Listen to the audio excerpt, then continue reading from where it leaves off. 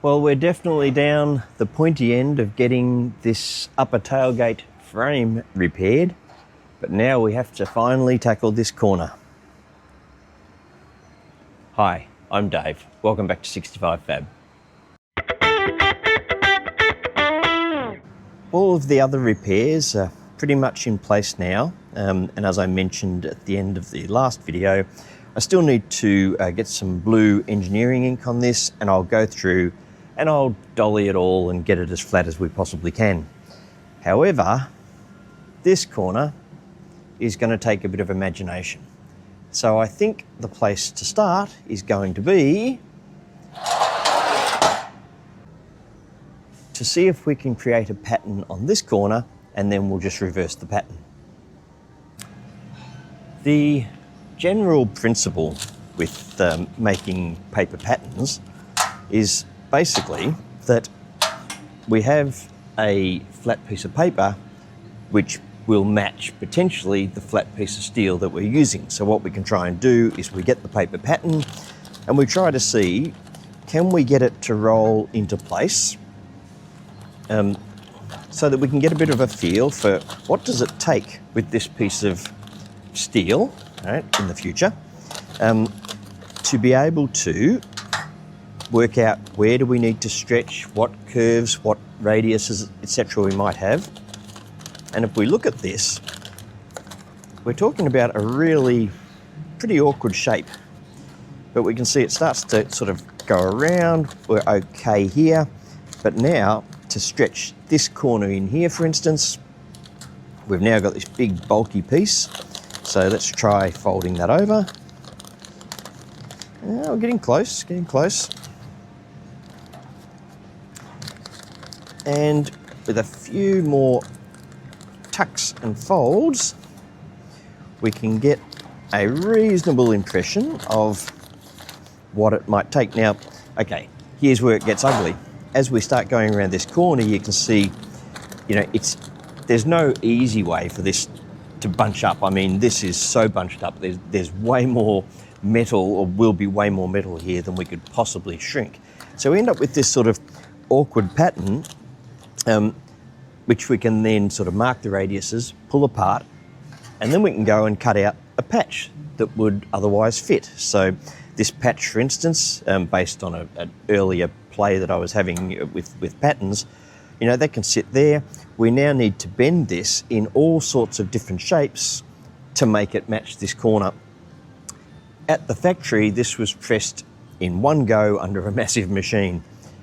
For me to stretch this material in any meaningful way, in such a tiny patch and such extreme, you know, these little nodules, for instance, it's going to be pretty rough, right?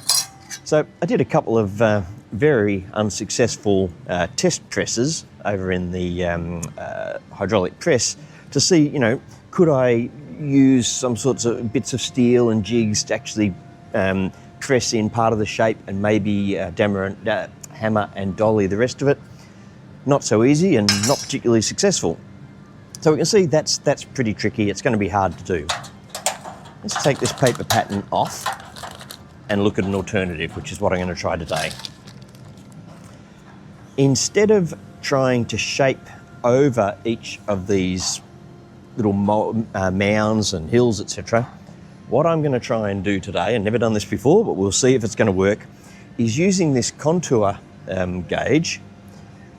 I want to build, take multiple contours, and I've bought in some timber, some thick ply, and what I want to do is take the contours and basically at different layers build up a pattern of this shape.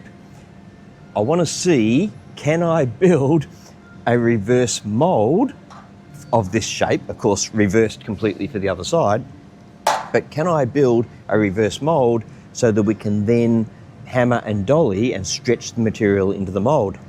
So, no idea if this is going to work, but that's the next step. That's what I'm going to have a go at.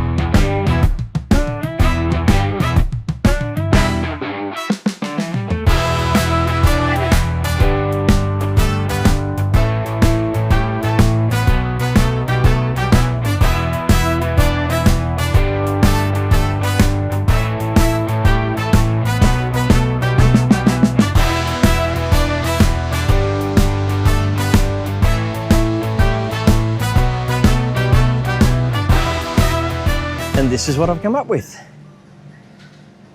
I've gone through and with each layer of timber, I've cut the shape, so we're looking at it upside down now. And while it's a little bit difficult to see, what I've tried to do is effectively create the mould shape underneath. So if I pull this off, this is what it looks like. You know, it's not perfect. I'm probably a little bit too deep here. But overall, this pretty much reflects the shape of what this should be. So the next step is I put a piece of flat steel in here, we clamp it with the bolts, and then we see, will it bend? Can I stretch it into these shapes? Potentially as it stretches around here or as we fold it, it might bunch up. I might be able to cut that out. Again, no idea what's going to happen here, but we've got the mould, so let's give it a go.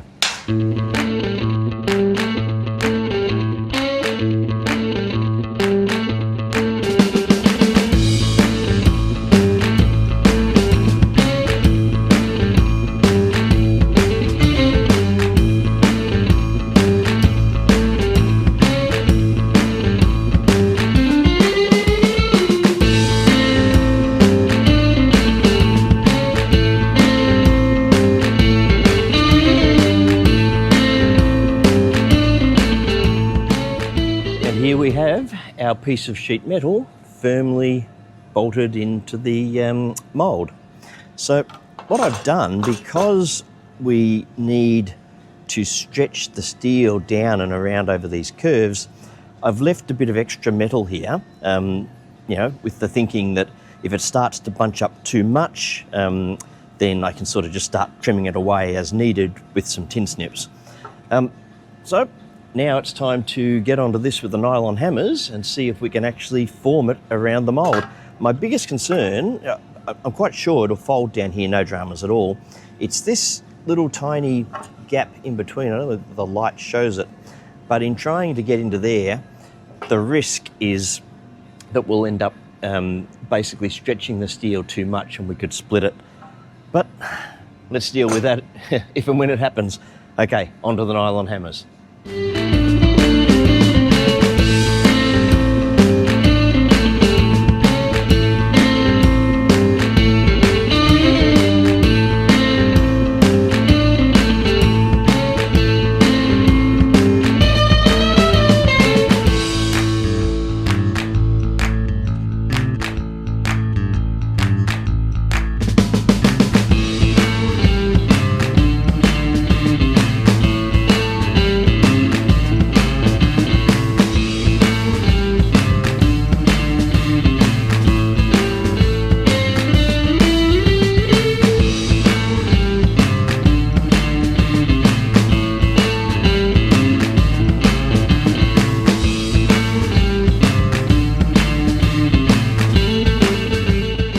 Well, that just quietly is a lot of work.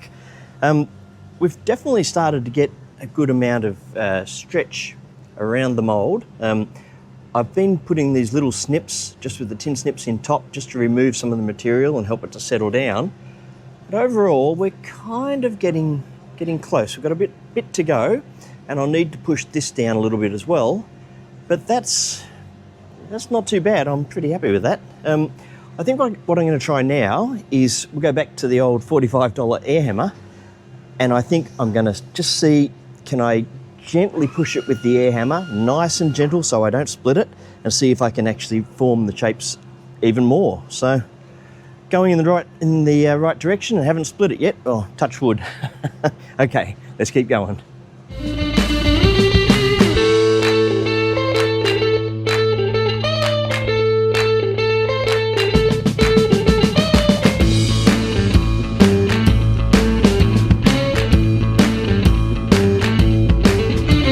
Okay, so I've got in there with the air hammer, and then I also got out my planishing hammers, and I've just sort of worked it around a little bit to see if I could stretch it in just a little bit more and see what we could do. I think overall we've got a reasonable shape for this corner, and we've got a bit of the dip. It's not I don't know that we can really get much deeper than that without potentially powering it with the little air hammer, but I'm worried that might split it. So I've got a little bit of a fold here, so it'll be interesting to see what does that look like on the other side. The only other thing I'm a little bit concerned about is as we've pushed through, it got quite thin as it stretched around this corner, and we've lost a bit of this top steel.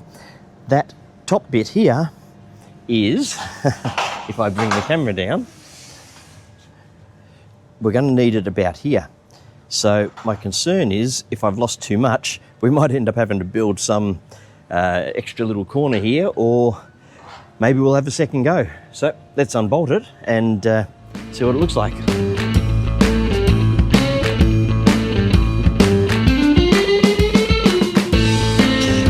And the moment of truth. Here it is. If we actually look at how it's come out, if I put this basically in place, it's not perfect, but it's not terrible. I'm feeling like I might be able to cut away the parts of the steel, trim the patch. We do have this little fold just here that I mentioned, but I don't think that's the end of the world. I can possibly even just dolly that out a little bit later. But if I can get this patch, say, tacked in, I can probably dolly it around and get it to fit nicer. If we go around and we look at the other side, so we see what we're comparing to, and this is it. I can see that on this front edge here, needs to be a bit flatter, but again, because this is quite flat here, we can put that in, we can dolly that flat, that's pretty easy. And the little nobule bit here, or whatever you call it, we've got that. It just might take a little bit of shaping. And then, we've got this edge here, and we've kind of done the same. So, I don't know.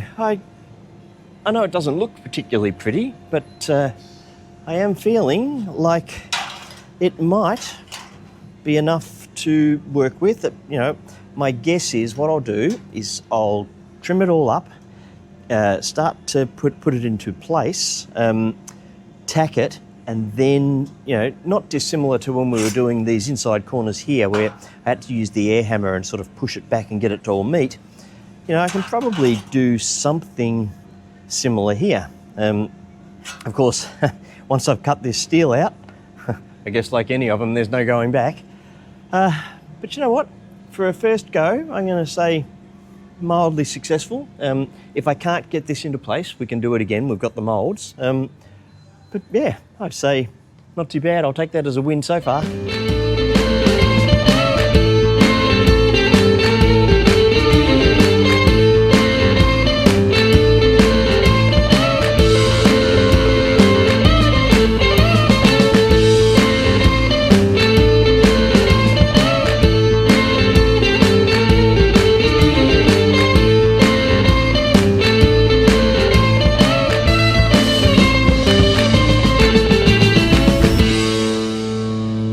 Well, I've had the camera off for a while now because literally I've spent 3 hours getting this patch fitting into the corner. It is so close. It's, I touch one area and then it doesn't quite touch the other, and it's just this awkward shape where really I think where I'm up to is I have to bite the bullet, put a couple of small tacks just on the edges, just around here, and just try and work it back and gradually do the last bit of shaping in place. This has been really hard, and of course what's interesting is, we saw how big the piece was that came out of the mould, and all told, we end up again with quite a small patch when we only cut away what has to be taken away, the compromised steel, etc. So, really, I think what I'm going to do now is I'm just going to start tacking and hammering and gently trying to dolly this into shape and see if I can actually get the whole thing to meet. I think it'll work. If it doesn't, I can still carefully cut it out again and we can do the whole process over again. But fingers crossed, we're getting close. I'm going to see if I can actually get it in. All right, onto it. And we're back. Well, I'm shattered. This has taken so long. Literally, I've been at this all day, but we've got it pretty much welded in. I still need to do some work in the morning. I'll go around and I'll hammer out all the tacks and just get it nice and smooth on the dolly and then do its final sand down. I might even do a little bit of work around dollying some of the rest of it as well. But we are definitely getting close. I think it's gone well. It's not exactly the same as the other corner over here, but it's certainly comparable. So, all told, I think it's pretty good. By the time I've hammered it out tomorrow, and got it all reasonably smooth, we'll see exactly what it looks like. But I think it's coming together. So that's future Dave's job. For now, it's 41 degrees outside, and I'll call it a day now. All right, we'll continue tomorrow.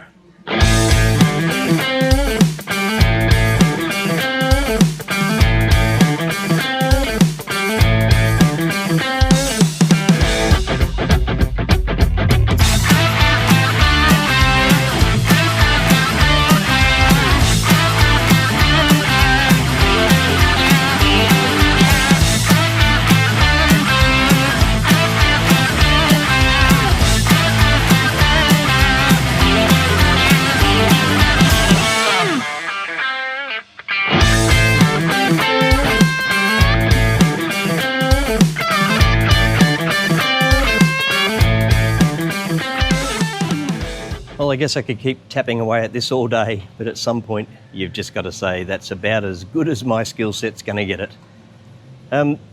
Ultimately though, I'm not too disappointed. We have a corner and it's pretty much worked, and it's not too dissimilar to this corner over here. About the only difference is this little nodule here at the end.